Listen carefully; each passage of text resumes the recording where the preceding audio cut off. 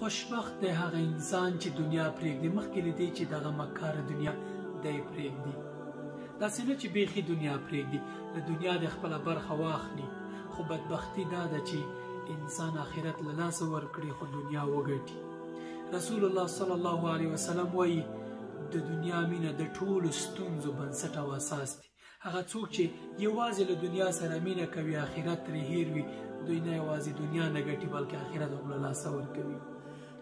یوازې دنیا سره مینه مه کوئ، بلکې د دنیا نه خپله برخه واخلئ او آخرت دپاره کار وکړئ، آخرت وګټئ.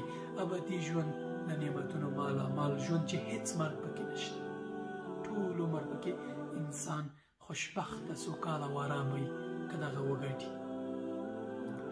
رسول الله صلی الله علیه وسلم چې کله اجل پوره و، جبرائیل امین علیه السلام ورته راغی او ورته یې وویل چې عش ما شئت فإنک میت واعمل ما شئت فإنک مجزی به.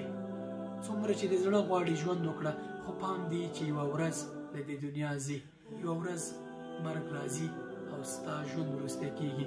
او څومره هر څه چې کوې، هر کار چې کوې ویې کړه، خو پام دې وي چې حتما به د هغې جواب ورکوي او سزا به یې ویني. د دنیا مینه د ټولو ستونزو مور ده.